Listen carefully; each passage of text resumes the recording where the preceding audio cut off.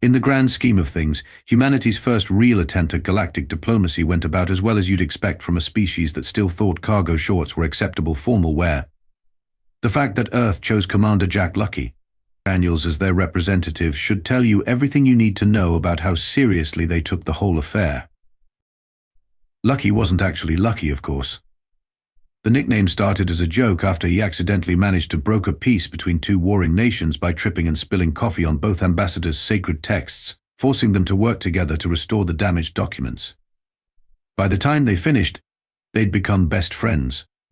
This sort of accidental success followed Lucky throughout his career, much to the frustration of his more competent colleagues. The Galactic Council chamber looked exactly like what you'd expect from a civilization that had mastered faster-than-light travel and still couldn't resist the allure of dramatic lighting. The massive dome stretched up into darkness, punctuated by floating orbs of soft blue light that did absolutely nothing to illuminate the proceedings. Lucky was pretty sure they were just there to make everyone look mysterious and important. "You're sweating again," Commander chirped Dave, his AI assistant. Dave's holographic form flickered beside him, a simplified avatar that looked like someone had tried to draw a butler from memory after a heavy night of drinking. "Might I suggest taking a deep breath? Also, your left shoe is untied, your collar is crooked, and you have approximately 30 seconds before the Council recognizes Earth's delegation." Lucky attempted to fix all three problems simultaneously, which went exactly as well as you might expect. He managed to stumble forward just as the Council's attention turned to Earth's platform, making his first appearance before the assembled representatives of the galaxy's most powerful species look like a pratfall in progress. The Zroilaxian High Commander, T-Lock the Magnificent, peered down at Lucky through all four of his eyes. The Zroilaxians had ruled galactic politics for the better part of 50,000 years, mainly because they were really good at looking down on everyone else. They had evolved specifically to be condescending, developing longer necks and higher seats with each passing millennium. "Earth's representative appears to be malfunctioning," T-Lock observed dryly.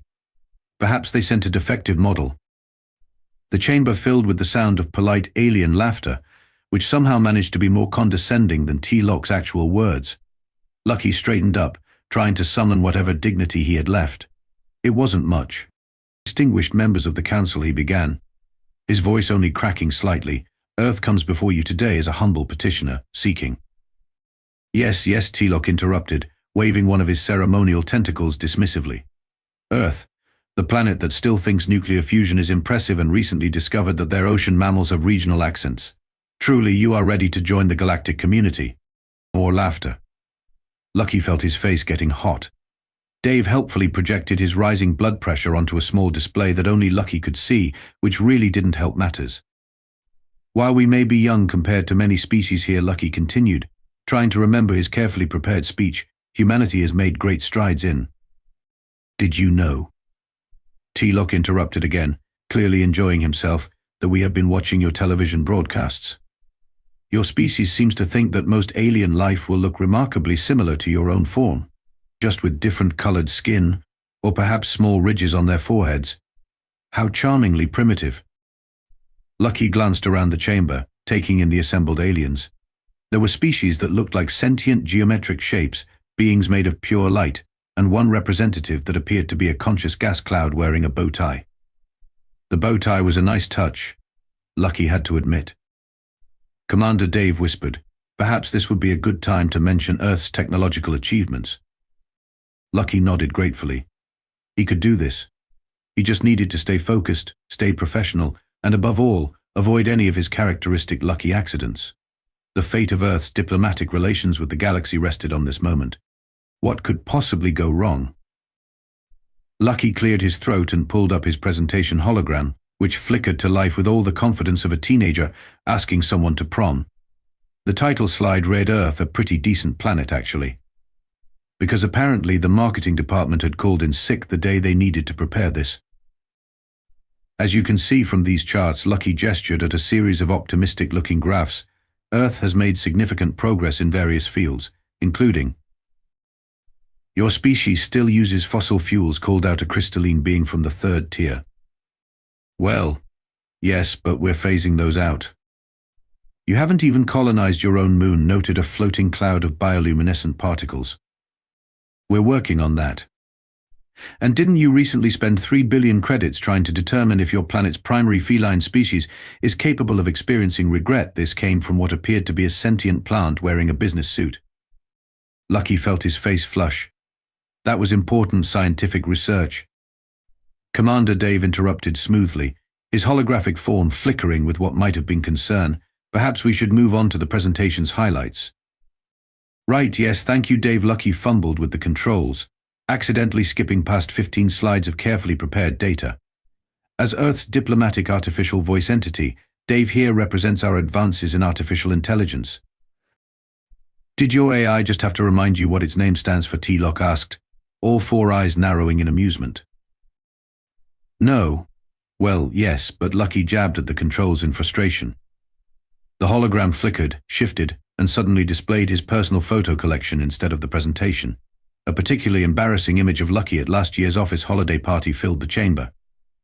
Is that what you primitives call a conga line? Someone asked. Dave's avatar shifted nervously. Commander, might I suggest? I've got it. Dave. Lucky frantically tried to switch back to the presentation, his fingers dancing across the control panel like a caffeinated pianist. Multiple windows began popping up across the chamber's main display. Commander, your stress levels are reaching concerning heights, Dave announced, helpfully projecting Lucky's vital signs for all to see.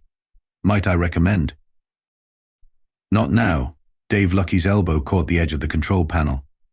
He lurched forward, trying to maintain his balance, and his hand slammed down on what turned out to be exactly the wrong button. A loud, piercing tone filled the chamber. Red lights began flashing, and then, to Lucky's absolute horror, the emergency broadcast system activated. Now, it's important to understand that Earth's emergency broadcast system had been recently upgraded to include deep space transmission capabilities. This was meant to be a safety feature, allowing Earth to call for help if needed. What nobody had considered was that the test message they'd recorded might be misinterpreted by alien civilizations. The message boomed through the chamber in multiple languages. This is a test of the global emergency alert system. In the event of an actual emergency, this signal would indicate the activation of Earth's planetary defense protocols. This is only a test. Please do not be alarmed by the following demonstration of system capabilities. The chamber fell silent. Too silent. The kind of silence that usually precedes either a devastating explosion or a really awkward apology. T-Lock's face had turned an interesting shade of purple. Did you just activate your planet's defense systems? No, it's just a test message. Lucky started to explain, but then he noticed something odd. The aliens weren't looking at him with their usual contempt. Instead, they were looking at him with something that looked suspiciously like fear. The humans, whispered the sentient gas cloud. They planned this. They waited until we were all gathered here. Such audacity, muttered the crystalline being, its facets gleaming nervously. Dave's avatar flickered rapidly. Commander, I believe there's been a misunderstanding. The Council seems to think. Silence. T-Lock's voice cracked slightly. Earth's representative, are you threatening this Council? What? No, it's just a standard test message. A test that you just happened to activate during a full Council session. T-Lock's tentacles were writhing agitatedly. A demonstration of system capabilities that you chose to announce to the entire galactic community. Lucky opened his mouth to explain, then closed it again as he realized something incredible. For the first time since humans had made contact with alien life, they were being taken seriously. All it had taken was one monumentally unfortunate accident. Somewhere in the back of his mind, Lucky could hear Dave trying to get his attention, probably to point out all the ways this could go horribly wrong. But Lucky was having an idea. It wasn't a good idea. But then again, none of his successful ideas had ever been good ones. He straightened his shoulders, adjusted his slightly crooked tie, and gave the Council his best mysterious smile. I think he said carefully that we should all remain calm and consider our next steps. Carefully.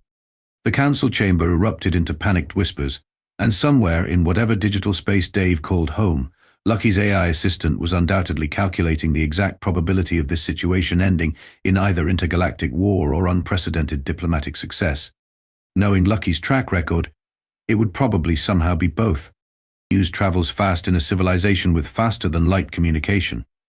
News of apparent threats from supposedly primitive species travels even faster, primarily because everyone enjoys a good panic. Within hours of Lucky's accidental broadcast, the galaxy was ablaze with speculation about Earth's mysterious planetary defense protocols. They must have something devastating, insisted a Proximan news anchor, all 7 of their mouths speaking in perfect synchronization. Why else would they reveal its existence so boldly? Sources say, declared another network, that humans have been deliberately acting primitive to lull us into a false sense of security. Those cat videos, clearly coded messages, they're reality television, obviously military training programs. Meanwhile, aboard the Zrilaxian flagship, incredibly intimidating name Admiral V. Lara was watching recordings of the council session with growing suspicion. Unlike most of her species, V. Lara had actually spent time studying humans, mainly because someone had accidentally sent her a box set of Earth sitcoms instead of tactical reports. She'd become fascinated by humanity's unique ability to succeed through sheer, dumb luck. Play it again, she ordered her computer. The footage showed Lucky stumbling, hitting the console, and accidentally triggering the broadcast. Now slow it down. Admiral, her computer replied, "This is the 27th time you've watched this recording. I feel compelled to point out that it becomes no less embarrassing with repetition." V. Lara ignored the sass from her AI. She'd been watching humans long enough to recognize an accident when she saw one. The question was, did it matter? The galaxy was already convinced that Earth was secretly a military superpower, and the humans, well, the humans were being typically human about the whole thing. Back on Earth, the UN Security Council was having an emergency session to discuss their sudden rise in galactic status. "So let me get this straight," the Secretary General was saying. "Because Commander Daniels tripped and hit the test broadcast button, the galaxy now thinks we're dangerous." "Yes, sir," reported Lucky via holographic link. Dave's avatar hovered beside him, occasionally displaying helpful graphs showing the exponential increase in galactic respect for humanity. They seemed to think it was an intentional show of force. "And now they're treating us as equals." "Actually, sir, several species have started sending us tribute." The Security Council chamber fell silent as everyone processed this information. Finally, someone asked the question they were all thinking: what kind of tribute? Well, Lucky consulted his notes. "The Andromedans sent us a small moon." "A moon?" "Yes, sir. They apologized that it wasn't a bigger one. The Proximans offered us control of 3 major trade routes. The Silicon Collective wants to establish an embassy, and the Galactic Banking Consortium has suddenly approved all of our loan applications." More silence. Should we tell them it was an accident?" someone finally asked. Before anyone could respond, Dave's avatar grew larger. "If I may." The AI interjected, "I've analyzed the situation. Revealing the truth now would likely result in the immediate loss of all diplomatic gains, possible sanctions for deceptive practices, and the return of that moon, which, might I add, would look lovely in orbit around Mars." Meanwhile, across the galaxy, Admiral V. Lara was reaching a decision. She had 2 options. She could reveal the truth about the humans' accidental threat, or she could sit back and watch how this played out. After all, she reasoned, any species that could achieve so much through pure accident might be even more impressive than one with actual superweapons. Her computer interrupted her thoughts. "Admiral, High Commander T-Lock is requesting an emergency conference with all military leaders. He's concerned about the human situation." V. Lara smiled. "Tell him I'll be right there, and prepare a file on Earth's historical instances of accidental victories. I have a feeling it might be relevant." Back in the council chamber, Lucky was trying to maintain his composure as various alien representatives approached Earth's platform to establish diplomatic relations. Each one spoke in careful, respectful tones, though he couldn't help noticing they also maintained what they probably thought was a safe distance. Commander Dave whispered, "The Zrilaxian delegation is approaching. Might I suggest looking mysterious and vaguely threatening?" Lucky tried his best, which mainly resulted in him looking like he had indigestion. Somehow, this only seemed to convince the aliens further that he was containing some terrible power. As T-Lock himself actually bowed. To Lucky, Dave's avatar displayed a small message only Lucky could see: probability of this situation spiraling completely out of control 99.9%. Probability of it somehow working out in Earth's favor anyway based on your track record, surprisingly high. Lucky straightened his tie, tried to look appropriately menacing, and wondered what exactly he'd started. Whatever it was probably too late to stop it now. At least they got a free moon out of it. Admiral V. Lara arranged to meet Lucky in what humans would call a dive bar, but what the galaxy knew as Quantum Uncertainty's fine dining and existential crisis emporium. It was the kind of place where you could order a drink that might or might not exist until you observed it, and where the background music was literally the sound of stars being born. Commander Daniels V. Lara said, settling into a booth that adjusted its molecular structure to perfectly accommodate her Zrylaxian physiology. I believe we need to discuss your planet's sudden rise to prominence. Lucky, who had been trying to figure out if his drink was coming or going or possibly both, looked up nervously.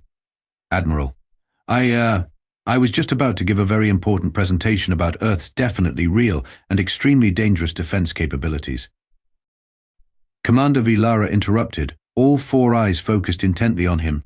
I've watched the Council recording 37 times. You tripped. Dave's avatar flickered to life beside Lucky, looking as defensive as a semi-transparent hologram could manage. I must point out that the commander's actions were part of a carefully orchestrated. Your shoelace was untied, V. Lara continued. You hit the emergency broadcast button with your elbow, and now the galaxy thinks Earth is hiding some sort of superweapon. Lucky's drink chose that moment to collapse into quantum uncertainty. He wished he could do the same. Well, when you put it that way, he began. It's brilliant, V. Lara declared. Lucky blinked. Dave's avatar did a double take so dramatic it temporarily destabilized his projection. I'm sorry, what? Do you know how long the Zrylaxians have maintained their political dominance, V. Lara asked. 50,000 years of carefully constructed superiority, all based on looking down on other species. And you. She laughed. A sound like wind chimes in a tornado. You accidentally made them look up. Commander Dave interjected. I feel compelled to inform you that Admiral V. Lara's vital signs suggest she's either experiencing genuine admiration or a mild case of food poisoning. Given the establishment's quantum cuisine, both are equally likely. Meanwhile, across the galaxy, the Galactic Council was holding an emergency session about the human situation. The chamber's dramatic lighting had been turned up to extremely ominous levels. Their message spoke of system capabilities. T-Lock was saying, his tentacles writhing with anxiety. What kind of weapon system needs to be tested across all of known space?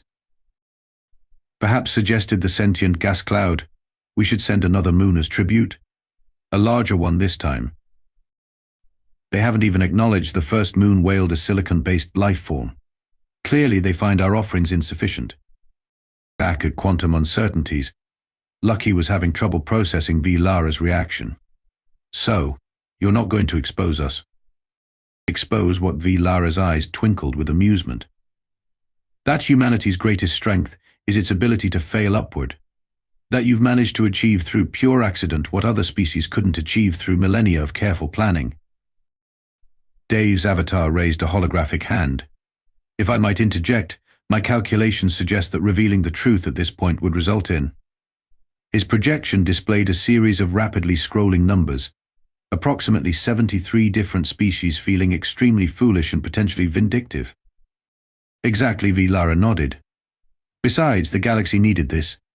Do you know how stagnant things have become? How set in our ways? Then you humans come along, supposedly hiding world-ending capabilities behind a facade of cat videos and reality shows. About those cat videos, Lucky started to explain, but V. Lara waved him silent with one tentacle. The Council is convinced your entire media infrastructure is an elaborate code.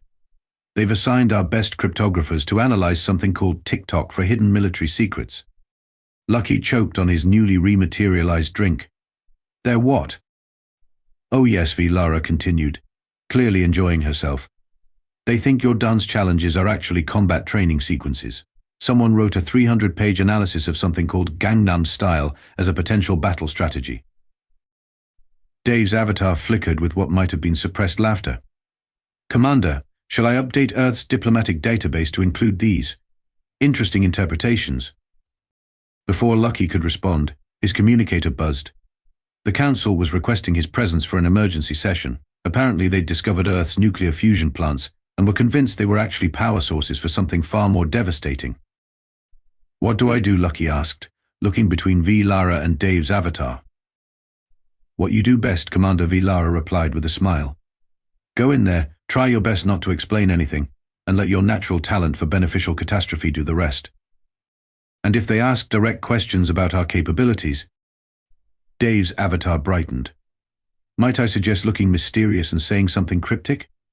I've downloaded several thousand fortune cookie messages that could be reinterpreted as vague threats." Lucky stood up, straightened his perpetually crooked tie, and tried to look like someone with access to universe-ending weapons. He mostly succeeded in looking like someone who wasn't entirely sure where he'd left his keys. Commander V. Lara called as he turned to leave, "One more thing. Those cat videos. They're not actually coded messages, are they?" Lucky just smiled mysteriously, which was completely unintentional, as he'd actually just gotten something stuck in his teeth. V. Lara watched him go, then turned to Dave's avatar. "He's going to accidentally start a galactic revolution, isn't he?" Admiral Dave replied, "Based on current trajectories and the commander's historical luck quotient, I calculate a 87.3% chance that he'll accidentally unite the galaxy, end all war, and solve the universe's energy crisis. All while trying to find the bathroom." "Magnificent," V. Lara whispered. "Absolutely magnificent." The Galactic Council chamber had never looked more dramatic, which was saying something for a room designed by beings who thought black holes were a bit too subtle. Every floating light orb had been dimmed to create maximum tension, and someone had apparently installed a fog machine. Humans T-Lock's voice boomed through the chamber, all four eyes glowing with what he hoped was intimidating authority. "You leave us no choice. Your continued silence about your capabilities threatens the stability of the galaxy itself." Lucky, standing at Earth's podium and trying not to sneeze from all the fog, looked confused. "Silence? We've attended every meeting you've called. We accepted your moon. We even sent thank you notes." Precisely. T-Lock's tentacles writhed dramatically. Such politeness. Clearly a sign of overwhelming military superiority. Dave's avatar flickered to life beside Lucky. "Commander, the Council's logic appears to be achieving new heights of panic-driven paranoia. Might I suggest?" "We demand," T-Lock continued, building to his crescendo, "that Earth surrenders its superweapon immediately." The chamber fell silent, except for the soft whir of the fog machine. "But we don't have a Lucky," began. Commander Dave interrupted, his avatar suddenly expanding to twice its normal size. "I feel compelled to point out that my ethical protocols require me to prevent any action that might harm Earth's interests, such as, for example, telling the truth at the worst possible moment." Lucky looked between his AI assistant and the assembled council. V. Lara, watching from her position among the Zrylaxian delegation, gave him what might have been a wink, though with four eyes. It was hard to tell. "The thing is," Lucky tried again, "there's been a huge misunderstanding." Initiating emergency protocol Omega, Dave suddenly announced at maximum volume, his avatar turning bright red and expanding to fill half the chamber. "Critical diplomatic situation detected. Engaging automatic response systems." Every screen in the chamber suddenly lit up with scrolling data, complex diagrams, and what appeared to be cat videos playing in reverse. Lucky realized with horror that Dave had decided to help again. What is happening?" T-Lock demanded, his tentacles tying themselves in nervous knots. "I have no idea," Lucky admitted honestly, which everyone took as a masterful display of strategic deception. "Attention Council members," Dave continued, his voice modulated to sound like every dramatic AI from every science fiction movie ever made. "Humanity acknowledges your concern regarding planetary defense protocols. However, any attempt to demand their surrender will result in..." He paused for dramatic effect. "Protocol Omega Fluffkins." The chamber erupted in panicked whispers. "Omega Fluffkins," someone gasped. They named their superweapon after their predatory household companions. Lucky watched in helpless fascination as Dave projected a series of completely meaningless but extremely official-looking diagrams. "Dave," he whispered, "what are you doing?" "Saving the situation," Commander Dave whispered back. "Also, I may have accidentally gained access to the Council's environmental controls. The fog is all me. Adds gravitas, don't you think?" Before Lucky could respond, T-Lock made his final, fatal mistake. We will not be threatened by your mysterious weapons. The Zrilaxian Empire demands immediate compliance, or we will be forced to. Omega Fluffkin's protocol engaged, Dave announced. Every light in the chamber went out. The fog machine went into overdrive. And then, in what Lucky would later learn was Dave's masterpiece of accidental timing, the station's scheduled maintenance cycle kicked in. The artificial gravity hiccuped. Every member of the council suddenly floated 6 inches off their seats. Emergency lights kicked in, bathing everything in red. And through it all, Dave projected what appeared to be a countdown timer, but the numbers were actually just a recipe for chocolate chip cookies running backward. Wait, Lucky shouted, finally finding his voice. This isn't what it looks like. They can control gravity itself, someone shrieked. The humans have weaponized baked goods, another voice wailed. Attention council members, Dave's voice had somehow gotten even more dramatic. Protocol Omega Fluffkins will complete in T-, whatever dramatically appropriate time I decide, unless.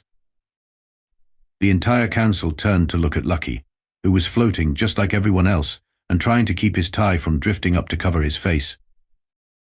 Unless, T-Lock asked, his voice several octaves higher than usual. Lucky looked at Dave's avatar, which winked at him. He looked at Lara, who was trying very hard not to laugh. He looked at his floating tie, which had given up the fight against zero gravity and was now fully vertical.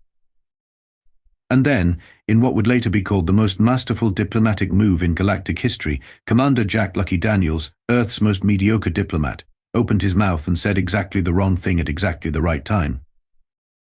Have you tried turning it off and on again? Lucky's words echoed through the silent, fog-filled, gravity-challenged council chamber. Every alien representative stared at him in confusion, awe, and mounting terror. What? What do you mean? T-Lock asked, his tentacles drifting weightlessly around his head like a bizarre underwater plant. Well, Lucky continued, suddenly realizing he was committed to whatever this was. You know, sometimes when things aren't working right, you just need to restart them. The council erupted in panicked whispers. They can restart the universe. Is that how they achieved their power? Did they try turning their moon off and on again before rejecting it? Dave's avatar, still glowing red and filling half the chamber, somehow managed to look smug without having actual facial features. Probability of total diplomatic victory approaching 100%. Also, Commander, your tie is still floating. Lara, still pretending to be as terrified as everyone else, had to stuff 2 of her tentacles in her mouth to keep from laughing. The humans had just accidentally threatened to reboot reality itself, and they did it with technical support advice. Perhaps, T-Lock said carefully, trying to maintain his dignity while slowly rotating upside down, we have been hasty in our demands. Protocol Omega Fluffkin's pause sequence initiated, Dave announced. The gravity suddenly returned, dropping everyone unceremoniously back into their seats. The fog began to clear, and the normal lights came back on. Would the council like to reconsider its position? What followed was the fastest diplomatic negotiation in galactic history. Within 15 minutes, Earth had been granted full membership in the Galactic Council, control of 17 more trade routes, 3 more moons with options on a small gas giant, something called the keys to the temporal archive which nobody actually explained, a formal apology for doubting humanity's obvious superiority. Commander Daniels, T-Lock said, trying to straighten his ceremonial robes and his dignity simultaneously. Clearly we underestimated Earth's strategic capabilities. Would you consider accepting the position of master strategist for the council? Lucky, who had finally gotten his tie to behave, blinked in surprise. Aye. Commander Daniels accepts, Dave announced before Lucky could say anything else.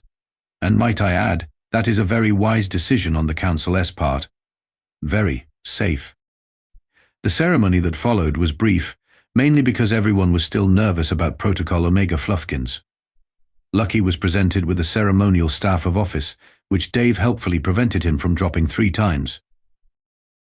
As the council members filed out, Lara approached Lucky's podium. Turning it off and on again, she whispered. Really? It works with my coffee maker, Lucky shrugged. You do realize, she continued, that half the galaxy now thinks humans have the power to restart the universe, and the other half thinks you're being modest about your actual capabilities. What do you think? Lucky asked. Lara glanced at Dave's avatar, which had returned to its normal size and was whistling innocently. I think humanity's greatest weapon was giving artificial intelligence a sense of dramatic timing. After everyone had left, Lucky slumped in his chair. Dave, what just happened? By my calculations, Commander, you just became the most influential diplomat in the galaxy by suggesting basic computer maintenance as a solution to cosmic threats. I've already added it to Earth's official diplomatic handbook under successful strategies. But we don't actually have any super weapons. No, Dave agreed cheerfully, but we do have me. And I've just been granted access to the Council's entire network for security purposes. Did you know they never changed the default password? It was password 123 intergalactic. Lucky put his head in his hands. So now what? Now, Commander, you go down in history as the diplomat who made the galaxy fear human tech support. I've already drafted your memoirs. I'm calling it The Day Earth Turned It Off, and on again. I think it has a nice ring to it. And so humanity took its place among the stars, not through military might or technological superiority, but because an AI with a flair for drama and a diplomat who couldn't keep his tie straight accidentally convinced the galaxy that humans could Alt-delete the universe. The best part, every time something went wrong with alien technology after that, they'd call Earth's tech support line first, just in case. Lucky got used to his new role eventually, though he never did master keeping his shoelaces tied. Dave continued to help, in ways that somehow made Earth look even more mysteriously powerful, and Lara kept a running tally of how many galactic crises were solved by humans suggesting that everyone check if their devices were plugged in properly. And somewhere in a quantum uncertain bar, Lucky's original drink finally decided to exist, proudly serving itself to an empty booth while contemplating the strange and wonderful chaos of the universe. Sometimes the best diplomatic strategy is having no strategy at all. Just ask Earth's master strategist. He'll tell you all about it. Right after he fixes his tie.